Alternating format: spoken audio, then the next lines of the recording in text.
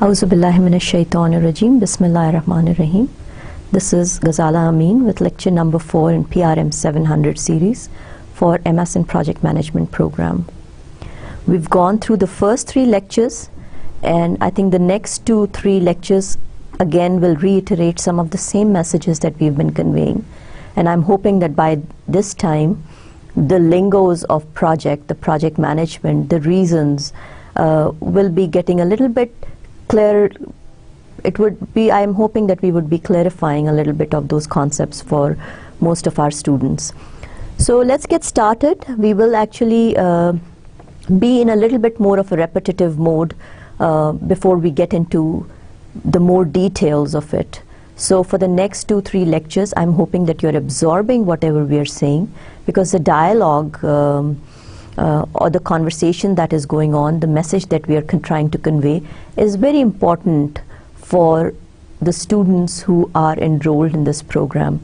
One of the main reasons of being in MS in Project Management program is definitely the need to understand why project management, and then the concepts of project, program, sub-projects, sub-tasks, and the work breakdown structures subsequently will keep coming in, and I'm hoping that we will be able to convey all those messages through this conversation. Today is lecture 4, and we will be focusing on the project management processes and the framework of project management. Project management framework and integration. When you talk about the word integration, it is how are you going to bring together all the processes of project management. The key definitions that we talked about in the last slide, or in the last 2 lectures, we'll talk about, let me repeat myself a little bit more so we understand those concepts. The key definitions that we provided to you were the accountability. Accountability, the word accountability means acceptance of success or failure. The word responsibility. The word responsibility in project management means the owner of the task, the person who will be responsible for executing that particular task. Assignment for completion of specific event or activity or task. Before I get on to the authority piece of it, responsibility is usually not a project manager's task. Responsibility is the subsequent team members who are responsible for doing the work, but somehow it could also be the project manager responsible for maybe in a smaller project setting up or scheduling of a meeting or facilitating of a team meeting. Usually the project manager is never responsible for facilitating sponsors meeting, because you would always need a third party or more of a secretarial kind of or administrative kind of a person who's taking notes and making sure that everybody stays on track. In a team meeting environment, in a smaller project, the facilitator is usually the project manager himself or herself. So I'm hoping that the word responsible and accountable is fairly clarified through this conversation. Okay, let's move on to the word authority. Authority for all of you should be considered, it's the right of an individual to make necessary decisions required to achieve his or her objectives or responsibility. So it's the designation, it is the title that is given to you. It is also considered a legal abiding situation that gives you the authority to sign documents for that particular task. Power and authority cannot be intermixed. Authority, while is a legal title that is given by the organization to you, power is couple of things granted to an individual by the subordinates. It's always usually your peers or people working for you, not the people that you are working for. The people who you are working for do not give you the power. They have the power to give you the authority, the title to carry on some of those activities. Power is always given to you by your subordinates, people who are working for you or people who are working with you. Again, this would be the time to actually talk about the upward communication, the downward communication, and the lateral communication, that diagram that was given to you in the last lecture. And more importantly, power is a measure of their respect for a particular individual. So two things. It is given to you by your subordinates and peers, and one thing that is missing, it's always given to you over a period of time.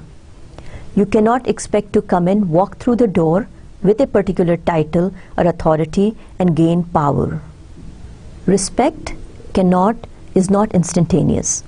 Respect is given to you over a period of time when people actually evaluate what you are capable of.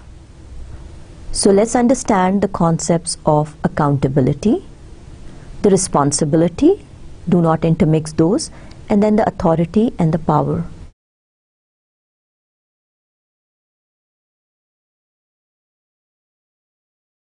Rose with any other name would probably smell the same. So when you talk about the project, different definitions are given to the word project by different methodologies, by different situations. So let's talk about a couple of things that you need to understand and underline in this particular slide. That a project is always temporary. Ongoing, monotonous, repeatable, in a maintenance mode is not a project. Project is temporary endeavor undertaken to create a unique product or service. Word temporary and unique should be underlined and should always be present for any situation to be called a project. When you talk about the PMI's definition, the Project Management Institute's definition, that is the definition given to the word project. Operations such as manufacturing and projects differ primarily in that operations are repetitive and ongoing, while projects are unique and temporary. Hence, in the earlier lectures, the subdivision of industries that were project oriented, that were on the lowest ebb, was the manufacturing plants unit or manufacturing units, and then on top of it, while the arrow keeps going up, the epitome of project management, the industries that are at the top level, were, it could be many, but according to my understanding at this point in time, is probably Department of Defense, and then we use NASA as an example because it's so closely or so importantly follow the principles of project management. And couple of reasons why they are, because it's the need for effective and efficient implementation of projects. It has to be done right at a certain point in time, at that particular instant. Hence, the need for implementing project management processes.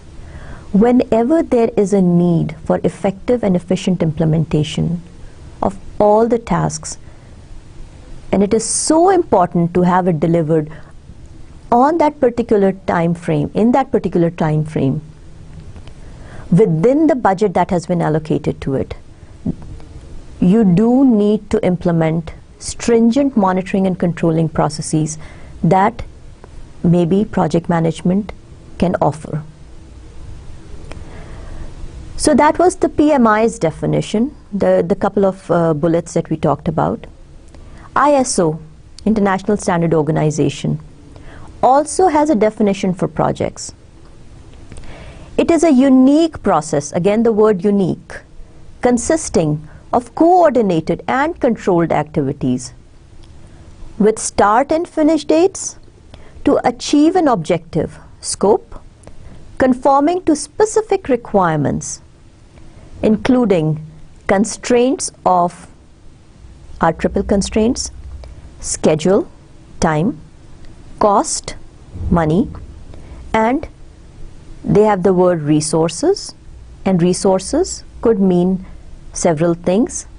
It's not just the human resources, it's also using the same terminology that was used in other lectures, the 3M: man, material, and machine. So if you see that no matter what methodology, no matter what organization that you are following or your industry is following, the definition of project stays the same. They always put a bound, making sure that the cost, time, and requirements of the customer are met.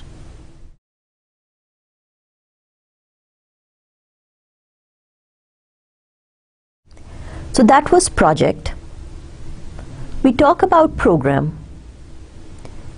A group of projects managed in a coordinated way to obtain benefits not available from managing them individually.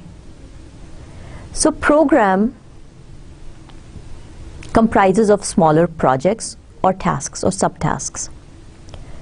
Successful implementation of project is one of the necessities of a program. However, coordination of those projects is the responsibility of the program manager.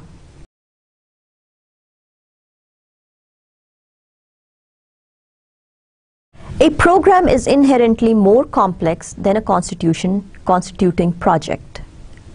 It has a broader scope and may require extensive coordination between its various constituting projects. The importance here is not just the successful implementation of project, because typically and traditionally that's the responsibility of the project manager, obviously. A program manager has a bigger offering or bigger task to deal with. He or she deals with coordination of those projects. Typically, a program manager cannot wait for successful ending of each project to begin the program or to get the program rolling. Most of the time, several milestones of individual projects within a program are linked together so that one milestone of project A is linked to milestone number C of project number B. Those are interrelated and interlinked, and managing of several projects is the duty of a program manager. The third bullet talks about a project results in the creation of an output and is then ended.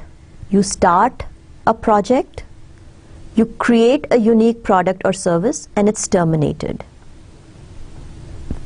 When you talk about a program must integrate and maintain the operationality of that output for a specified period of time. So if you look at that little diagram on the bottom of the slide, it's the program X, and all the little projects A, B, C, D, E, and F are feeding into the program.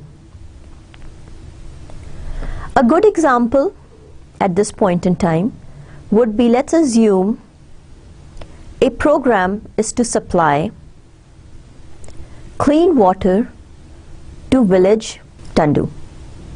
Any name. It's a hypothetical name, of course. Many projects will be included in that particular program. Some that come to my mind or would come to your mind would be digging of a well, laying the pipes, putting the faucets, connecting to the main water supply 300 miles away, bringing in it, fitting the pipes. These are all individual projects being executed by different people or by different project managers who are responsible for successful implementation of each one of those projects. We did each one of those projects, however, if they are not interlinked properly, and there is not an oversight of a seasoned program manager, you can dig the well, the pipes can be fitted, you can start, everything goes well. We were missing one piece that was sadly missing in this whole concept, could be the time coordination. You start off the supply from the main water line, and the pipes that were fitted were still not glued properly. Hypothetical situation. You start the main water line, and what happens here? Flooding. Unfortunate situation. This is the simplest example that can be given to you to understand why different projects have to be coordinated and timed properly. And hence, if you look at the succession of experience that is needed to move from being a project manager to a program manager, or to become a senior program manager, or becoming an executive or a portfolio project manager, these are all different layers which needs more experience, more training, more education with PM processes before you actually get to the next level and to the next level and to the next level of project management. Chota sa quote hai, let's think about it, talk more about it later on. Project management is primarily about leadership, integrating work occurring in all project areas. So even within a project, integrating different areas of work, steering the project in right direction, and effectively managing stakeholders and complexity. एक बेचारा project manager और ये सारे काम, मगर project manager is the karta dharta of the project. Everything that is going around you, you are dealing with, not only dealing with issues, conflicts, motivating your resources, getting them to be in an operational state at all times. It also means that at the same time you are managing the stakeholders' expectation, keeping them so close that they don't stray away from being available when you need them, but then again keeping the right distance so that they don't start interfering in your day-to-day activities of managing the project. One of the most important conflicts or issues that a project manager can deal with is too much micromanagement from your upper management, from your organization, or from the customer itself. As a project manager, we are also responsible for keeping that safe distance, of providing the right information at the right time to keep your sponsors, your stakeholders, your customers included in the stakeholders, and your parent organization, and to give them a comfort level that you are providing them enough information and that you are going in the right direction. If you do that, then you will be left alone to manage your project in the way that you envision it to be. So hence the word project management. Now comes the definition of project management. We talked about project, program, and now project management again. It's the application of knowledge, skills, tools and techniques to project activities in order to meet or exceed stakeholders' needs and expectation. Two words, meet and exceed. It will not be possible for any project manager or a program manager to exceed your stakeholders' expectation. However, one thing that we need to try and strive towards is at least meeting all those expectations. Surprise customer is never a happy customer, something that we all need to realize. You have to keep your customer informed of the activities and the progress. An informed customer is usually always a happy customer, because when there are issues that you will run into it in a project, you will be able to get the support of your customer in resolving some of those issues. Project portfolio. Again, I used the word when I was talking about the promotion and the progress of an individual within the field of project management. I talked about project manager being a program manager, a senior program manager, overseeing many programs, and then something called portfolio manager. So what is a project portfolio? The project portfolio is a set of projects which an organization is undertaking. Projects usually differ in their type, complexity, cost, time requirement, risk, level, priority, and the list goes on.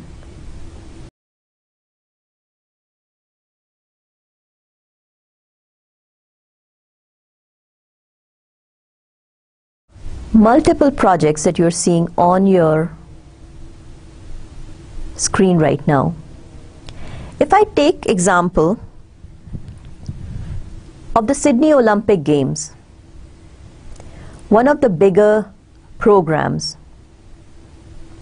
and let's assume what went on over there. These are all different projects, events, venues, facilities and accommodation, one project, the transportation, the media facilities and coordination, the telecommunication side of it, the security arrangements, the medical care, the human resource and volunteers. And that is another project, and if people undermine managing volunteers, sometimes a lot of volunteers can create a lot of chaos, and actually instead of trying to help, they can be the biggest distraction in execution of a project. Cultural Olympiad, pre-games training, the IT within the Sydney Olympic Games, opening and closing ceremonies, the public relations, the financing, the test games and trial events, and sponsorship management. And I'm sure there will be many more projects within this program. The Sydney Olympic Games 2000 was a highly complex project. Everybody understands that. We just had the London Olympics, which comprised several distinct work areas, each of which could be considered as sub-projects in their own right, and which all had to be integrated and coordinated within the framework of the overall Olympic project. This is just an example. I could change the name to any other, the 2012 Olympics, the 2004 Olympics, or the 2008 Olympics, and the 2016 Olympics, right? Can you imagine that the swimmers are all ready to go in? They go in, they start swimming,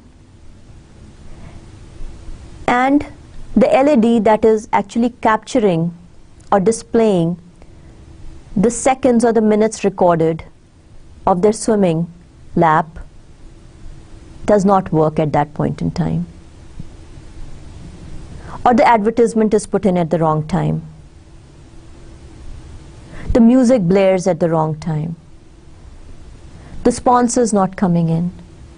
The transportation not showing up to pick up the Olympiads from their hotel and bringing them to the venue.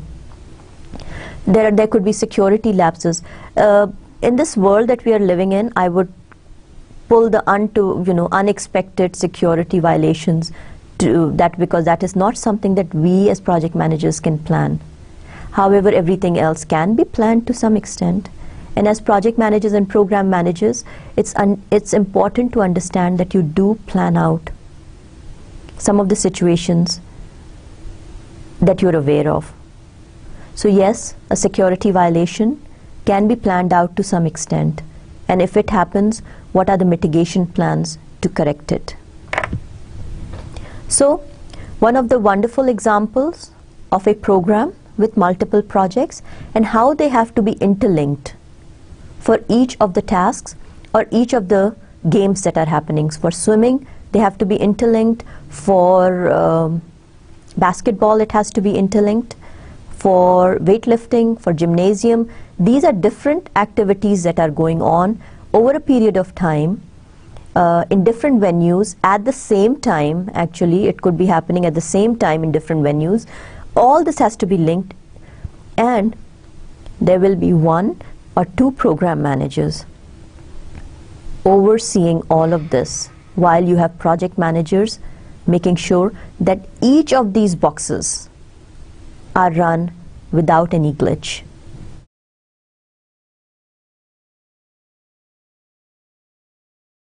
So, important thing, let's talk about some things that project management involves. We talked about the word project management, and so a project management can include, but is never limited to, change management. Think of any project which does not have any changes to it during its lifetime, and your answer will be a no. There can never be a project with no changes in it. And a project manager's job and role is to accept those changes positively and make it beneficial. Then, the important aspect of project management that we briefly talked about is communication management. The statistics or the numbers that were given to you was 95% of a project manager's time is spent communicating. Importance of communication in a project is multifold. Then you talk about deliverables management. Multiple deliverables, interlinked, predecessor, lags, leads, these are the terminologies that we will get to hear. The human resource management, one of the most crucial in a project manager's life, the role or the task is dealing with human resources. It's very funny because when you deal with human resources, your predictability or the unpredictability of human resources can vary between times, can vary between individuals and situations. The person that you would claim to be least predictable can actually turn around and deliver you the most crucial task on a timely basis when you need him. How to deal with human resources, how to motivate them, and the reason why you have to keep them motivated all the time. All the reasons and justifications need to be clear in a project manager's head at all times. Project priorities need to be clear in a project manager's head at all times while executing a project.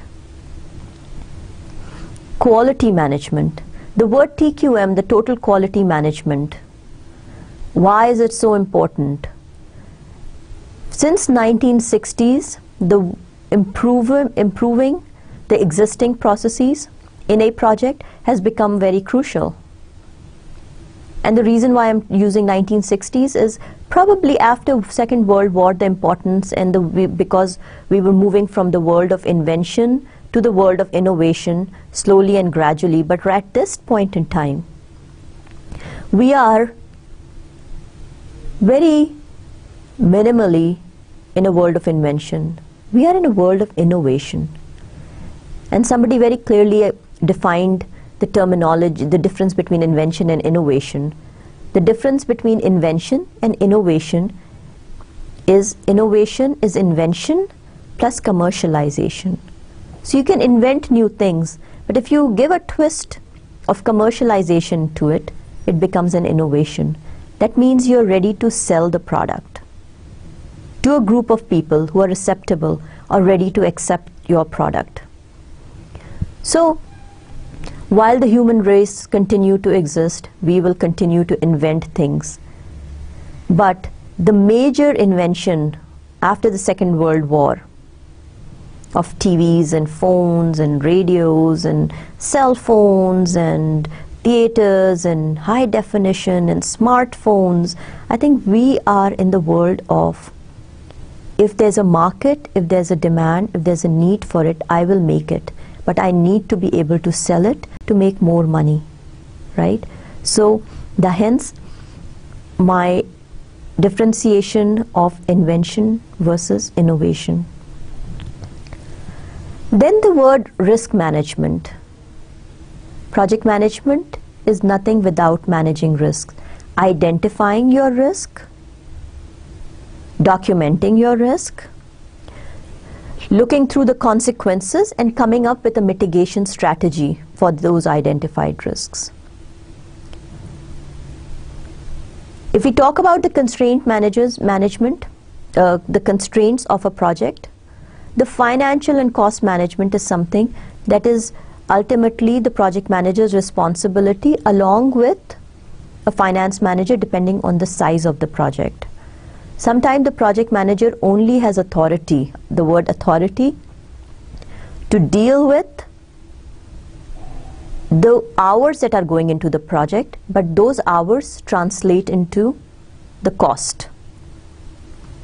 The monitoring and control of those activities, once you are in the execution phase of the project, you have to manage and look very closely to what is happening, how is it happening, how did I plan it versus the actual happening of your tasks. Customer relationship management. And now, right now, I'm not talking about stakeholders' expectation, because stakeholders are many. Your customer, the person or the organization or the persons who have approached you or who have given you the authority or the title of the project manager to lead and execute the tasks, to deliver what they expected from you. Managing their expectation is one of the most crucial aspect of project management. And the list goes on and on. If I go on, it will fill up several slides of things that I can think of that are involved in the field of project management, and each one of them has a very critical slot in a project manager's life during the execution of that project. Talked about project stakeholders. The definition of project stakeholders are individuals who are directly or indirectly involved in project deliverables. Part of the project organization responsible for the project. So the organization that you are working for, that is responsible, or you are getting your paycheck from that particular organization. They are responsible for the project. Hence, they are a very important stakeholder in the life of the project. Individuals that are positively or negatively affected by the project. Think about the word negatively. And the only easiest example that I can give you right now is when we are automating certain things, there is a probability and a possibility that some employees will be laid off in that situation. So while you are making your process more effective and efficient, the use of human resources to execute that task lessens. So if 10 people were working to produce a certain deliverable, after the implementation or after the successful implementation of the project, that number could be reduced to maybe 5. The 5 people who will be moved around, I hate using the word laid off or terminated, or moved around, will be the negative stakeholders who would bear the consequence of improvement of the process. And if the whole negative can be put into a positive spin, we'll talk more, we can think about those 5 individuals can be promoted to do bigger and better things, right? So there's not always a necessity that there will be negative stakeholders in any project. If you're building a road or if you're building a highway, recipients of benefits by acquiring during the procurement of the land can also be a negative stakeholder or a positive stakeholder, depending on how much benefit they received out of it. Project stakeholders would include, and this is very, very limited group of people or group of stakeholders, project manager and project team members. These two and the performing organization are directly involved in the execution of the project. So they are the direct stakeholders. Customer also being one. Sponsors, the end users. Now these are the direct stakeholders of a project.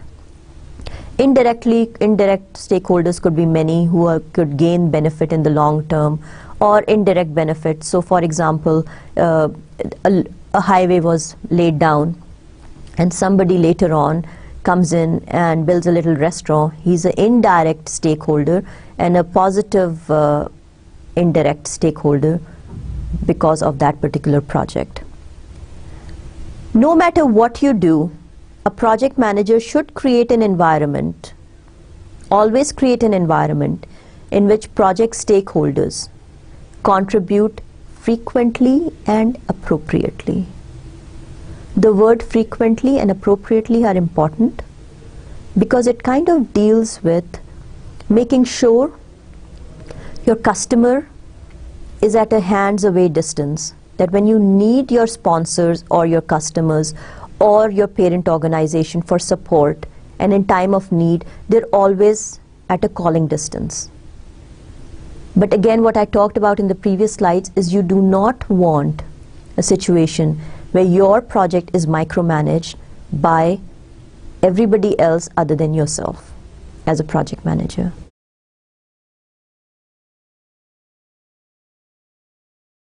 An important concept that a lot of people, when I talk about it and I ask the definition of a sponsor, because we use the word sponsor in relationship with provision of money or finances, we tend to use the word sponsor as anybody who gives you money. That is not the definition in a project management world. Sponsor in a project management lingo is the upper level management. It has to be upper level management, so it is upward communication that provides guidance and also controls effective use of customers' money on the project.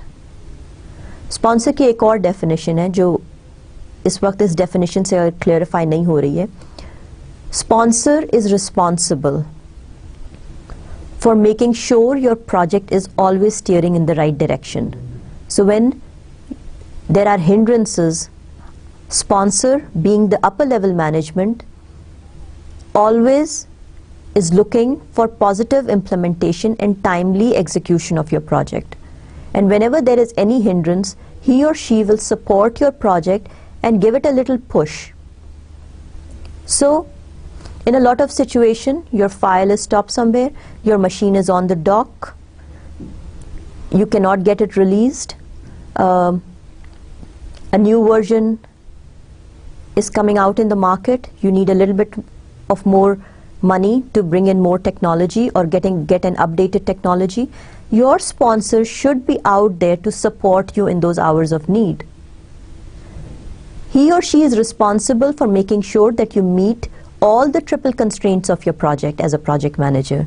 The time and the cost to meet the original requirement or the intended requirement of the customer. The performing organization is the organization which typically the project manager belongs to. So if I am an IBM project manager, IBM will be the performing organization. If I am building a road and I work for NHA and my responsibility is to build that M2 highway or the freeway, then NHA will be the performing organization. so on and so forth. Performing organization is typically where the project, or which organization, whichever organization the project manager belongs to. A very important picture, if we can, and you will see this picture over and over again. The project life cycle. Project life cycle is the, just like a human being's life, is the initiation, moving into different phases, and then terminating and closing at the end. Throughout the life cycle of the project, you do work on team development. Your project team is the essence of your project, and you have to constantly and continuously motivate them and resolve conflicts with them, and making sure that they have the right skill set and they are trained to appropriately execute the tasks. Along with that, managing of the project human resources. The bubble up there continues from the beginning to the end. Within the life cycle, if we divide our life cycle just the same way a baby is born, you become a toddler, you move on to become a teenager, then your productive life, I'm not saying that the teenagers are not productive, but the productive or the working life, getting older. Same way, a project life cycle is divided into 5 groups. It's the initiation, it's the planning, implementation or the execution, monitoring and control of those execution tasks, and then the closure. While those process groups are working, there are several bubbles, there are several activities or milestones that are going on. In the initiation phase, you're organizing your project. So all of your organizational skills, being methodical, those terminologies that are related to being successful in a project management situation, are all put to use in the initiation and the planning phase. You come up with the work breakdown structure. The work breakdown structure actually is a set of tasks that are going on. Then you take all those tasks and you schedule them appropriately. That's called the project scheduling.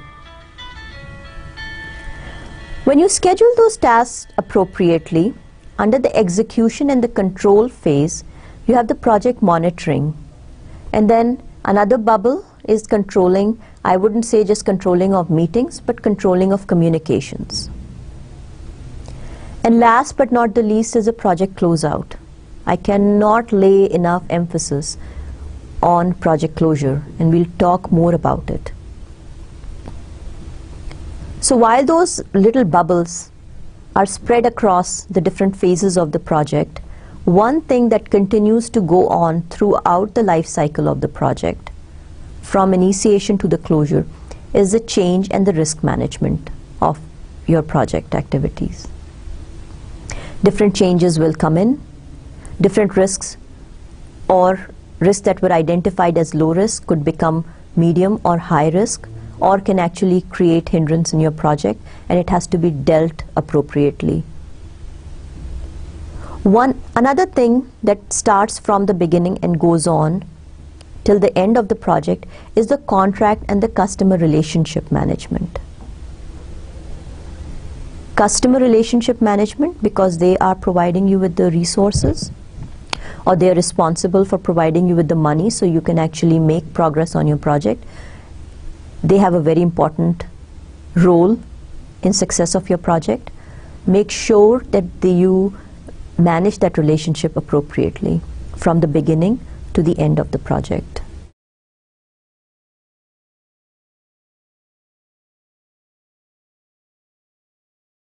The PM processes are divided into 5 phases of process. This is a very important slide and should be highlighted. The arrows have a very, very important place. Initiation processes, only you start off the initiation process and you move on to the planning process.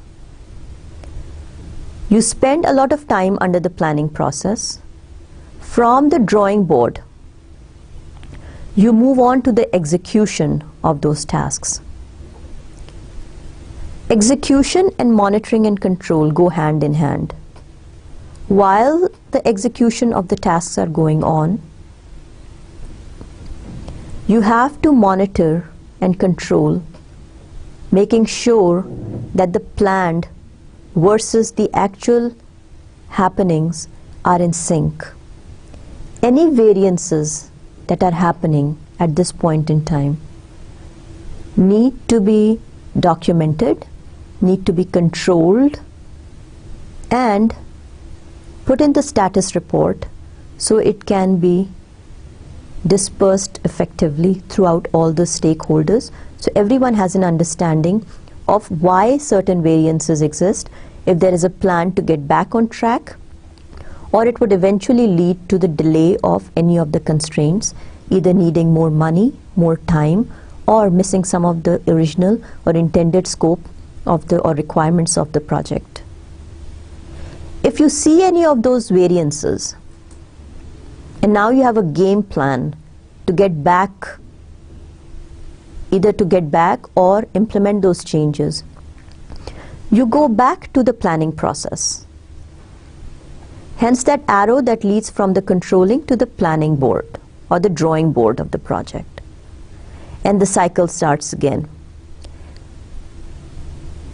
If you can meet the variances without any changes in the original plan, or without any, I would not say without any changes, because there isn't any project without any changes, but managing those changes appropriately and everything is taken care of at this point in time. From the controlling, you move to the closing process. Those arrows are of extreme importance, and all of you who are listening to it needs to identify and highlight this particular slide, so you understand the movement between, or the interaction between the various project management processes or the phases. While we're talking about all this, the important thing is the professional responsibilities or the ethics that I talked about in one of the lectures, and how important it is for a project manager to understand that, stand on his or her own two little feet, and continue to work and report in a very, very ethical manner. In PMI also, professional ethics and professional responsibilities of a project manager are highlighted as a separate area, which is of a great concern and of very importance. It's of a very big importance. So we, all of us intending or who are in a project manager situation, need to understand that all tasks, no matter how critical your timeline is, or you can find an easier way to get around a certain task by adopting some of the measures which cannot be put under the professional ethics, or getting commissions or getting kickbacks from the customer or the subcontractors, that is not the right way to get the work done or get the work going. Professional ethics is of big importance in this whole project management processes area. The 5 project process groups. Let's start. We talked about the interaction in the last slide. We can talk a little bit about the definition of each of those phases, and then we'll get back. Maybe we can do a quick glimpse of that bubble or the interaction to understand more about the interrelationship. The first one is the initiation. Initiation is the definition and authorization of the project or phase of the project. Initiation is the first phase of the project. So assume birth of a child, a birth of a concept. The customer or the sponsor sees the need to create a unique product or service. Typically, the marketing group or the project manager is assigned to understand. In the initiation phase, you only get to work with the customer to obtain an understanding of what the customer's needs are. We put it all together. At this point in time, you have minimum of human resources working on this project. The initiation phase is typically 1 or 2 human resources working on a particular project. Is a feasibility study of the project, trying to understand what the customer wants. In the project management context, the feasibility study should have been done by the customer organization prior to approaching the project organization for actually coming together and working on that product. But sometimes there are loopholes and sometimes there are holes that they find out later in the stage when they actually have acquired the services of a project manager or a project providing organization. So at this point in time, you're working very closely with minimal resources, along with working very closely with the customer to obtain an understanding of what their needs are. You haven't done, there is no resources, there's no time for you to actually go do the planning at this point in time. So we put it all together in a document called a project charter. The charter document can have various names, and we'll talk about that later. But at this point in time, you go out and you work as a business analyst. You work as an analyst, you go out, have meetings, work with the different team members of the customer's organization, get all the details that you can get hold of pertaining to your project, and put them together in a relevant document or in a relevant space. That is the initiation phase. When you put it all together, the customer organization gets a glimpse of what is needed and they sign up for that, or in a very rare situation they may decide not to proceed further. At this point in time, even your organization will have an access to all of the information that is needed, and they can also make a decision whether to go ahead or not to go ahead with the project. If all goes well, from the initiation phase you move into a phase called the planning phase. You will have access to more resources than whoever were available in the initiation phase. You refine the project goal, scope, requirement, etc., and you as a project manager would have an opportunity to develop a master project plan. Planning is the most significant phase in a project manager's life in a particular project. A lot of responsibility is put on your shoulders, using the word responsibility. Along with team members, you will be estimating, you will be creating tasks, and you will be coming up with the solution to provide the product or the service to the customer. The use or the provision of resources continue to increase in the next phase. The next two phases are the implementation and execution of the phase and the monitoring, evaluation and control. In the execution phase, you bring together all the required resources to undertake the project in accordance with the master plan. So the use of the resources is maximum of human resources, and all other resources are the maximum in this particular phase, where you're actually getting your hands dirty and you're actually getting the work done of what was, or of the work done that was actually planned in the planning phase. While the execution is going on, you are monitoring and evaluating and controlling all those activities. And repeating the word variances, trends, planned, what was planned versus the actual. Monitor the project to identify and assess shortfalls and variances and initiate corrective actions if needed. This is the phase where you're actually providing status reports. You're going through your initially identified risks. You're monitoring any changes, either initiated by the customer or your own project team at this point in time. And if there are any corrective actions that are needed, what do? You go back to the planning phase, according to the slide that was shown to you earlier, and you go through the implementation, execution, and then the monitoring and evaluation control phase. Last but not the least is the closure phase. It formalizes the acceptance of the project output by the project customer and brings the project to its end. The word formal is very important. And if you look at some of the definitions and some of the lingo of the project management world, the formal and legal go hand in hand also. Formally means the signing authority, legal, binding.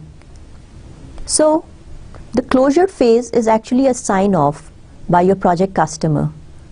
And if you've kept the project customer very close or at an appropriate distance and have taken the customer alongside during the execution phase and monitoring phase of the project, that customer would be more than happy to sign off your end result. A happy, aware customer is usually the best customer during the closure phase. And that is why a surprise customer, no matter what you give him or her, is usually never a satisfied customer because it comes in as a shock to them. The closure phase of the project also brings the project to its end. If all goes well, the closure phase is the best phase of the project. Sometimes during the initiation phase of the project, like I said, is also a lead on to your own project organization, whether you want to take up the project, continue with the project, or decline at that point in time. At that point in time, initiation can lead to an ultimate closure. That means some of the closure tasks need to be quickly done to close out the project, depending on how many resources, the resources being not just the human resources but also the material and the machine from that aspect. So even though in the interrelationship you don't see that arrow going from the closure to the initiation, but sometimes initiation leads to a direct closure of the project if the project organization does not see a mutual benefit between the customer and the project providing or the project execution organization. We will take a look at the last slide one more time and reiterate the movement of it, movement between the little processes. The initiation process is all of the information coming in from the customer, minimum human resources provided or minimum resources provided by the project organization, minimal only to get all of the information that the customer can provide, put it all together in one space or one document, have a common understanding between the customer and the project organization, and do a quick sign-off of a document which is called the charter document. Once everybody is satisfied from between the parent, the project organization and the customer organization, that it is a mutually beneficial situation, we move on to the planning process. The planning, within the planning process, the project manager spends the most time thinking and evaluating and estimating with a little bit more resources. They move on to the execution process, which has the most resources. Controlling and execution go hand in hand. If there are any variances or changes, the controlling process goes back to the planning board or the drawing board. The cycle continues. Once there's a successful implementation of those tasks, we do the closure of the task and hence a successful completion of the project. Hopefully that you have understood the different phases and the most important concept, other than the definitions that were provided to you this time.